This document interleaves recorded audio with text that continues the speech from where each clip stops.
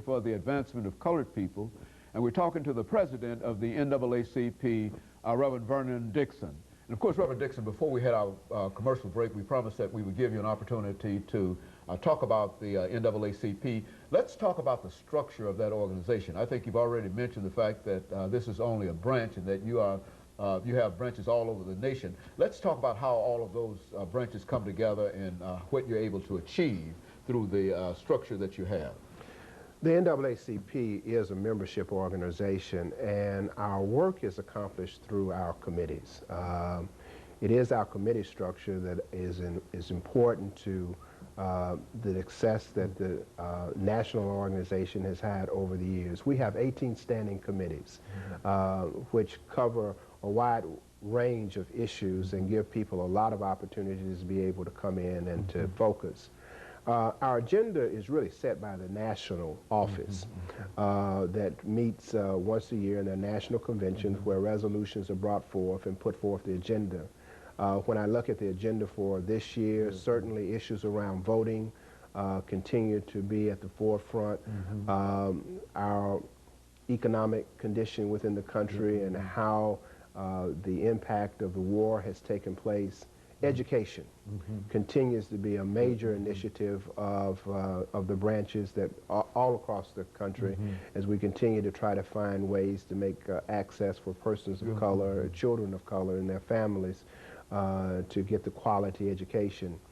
A new issue that has been coming up and has certainly been in the news in this area is environmental racism, where we're looking at the dump sites and chemicals that have been left in poor communities. So our agenda is set by the national office and then comes down through our regional and ultimately through the state conventions, passing down then to the local branches. Local branches still have an opportunity, though, to set their own agenda and address issues because we're in the community and all communities are different. The issues, while there are issues like education and where we have common concerns in this area, one of the issues that we've been looking at is issues of disparity, particularly as it relates to health disparity and economic conditions within this community. Currently, the Nashville branch is very active in our education and looking at what's, we are 5 years, we're in the 5th year, the end of the desegregation plan. We're continuing to monitor the conditions within our school systems.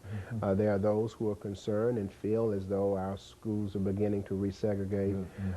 And we're looking at ways to keep that from happening and trying to also find ways to enhance the student achievement. So that's a very active issue for us. The other issues around health. We're looking at, as a part of the national agenda, but in this particular area, concerns around environmental issues as to how it affects poor people.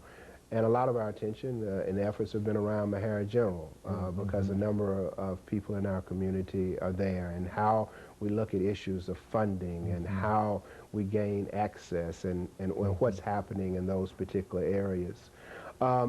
Another area that we have been spending some time and discussion on in the community has also been just to overall access of persons of color and how it is that we educate people in the community as to the issues and to make sure that we continue to be at the table.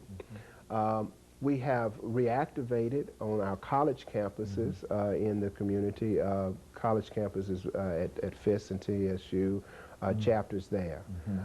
We have got our youth committee back up. We're working now and putting our AXO program together, which is a training area for youth to prepare them for college and higher education. So there are a lot of great and exciting things that are taking place at the branch. But it does center, first of all, in membership. Very good. We will be having in October our annual radiothon where we'll be recruiting members to come in. We're trying to make sure that our office is ready to receive people who are coming. We're doing a great job, I think, in the branch now in making sure that the memberships that come in are processed in a good way. I'm very fortunate to have a great supporting representation in that branch. And if I might, I'd just like to single out a few people who have been elected. The Reverend Mark Freeman is the first vice president and is also working very hard with our religious affairs. Blondell Strong, Dr. Blondell Strong is the second vice president, and she really is coordinating our volunteer efforts in the office and making sure that our office is staffed and how we handle. James Barnett, who is the third vice president, has been heading up our personnel committee as we move to put staff in the office. We haven't had staff in the office in a couple of years, and I'm really excited about being able to, to have the staff, have the office staffed full time.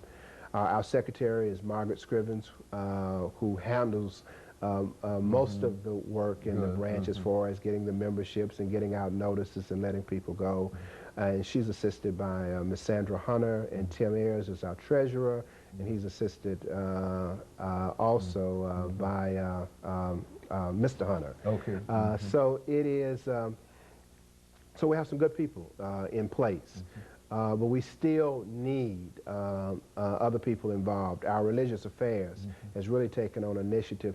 A backbone of the NAACP has always been the church. And we are reaching out and trying to get more churches involved and helping us to disseminate the information that is out there. But there's still room for people who want to come and who want to work in our structure. People have to remember, though, that we are not really a program agency. We are more of an advocacy and a group that does monitoring. A lot of people think, with our legal redress, that there are a group of lawyers that are sitting in that they can come in and find a lawyer. What we do is we refer people and let people know, and our legal redress committee works hard to make sure that they're up on the issues and keeping a database of attorneys who might be able to address the other issues. I have taken upon, one of the things that I've tried to do is also to enhance the other organizations within this community that we can do collaborative efforts with, who may have some resources that we don't have, but who still are concerned about issues around civil rights. Very good. And of course we're getting ready for this second commercial break, but when we come back, let's talk about the membership of the organization and what people might be able to do in order to assist you. Of course, we'll be back with our audience following this very short commercial break.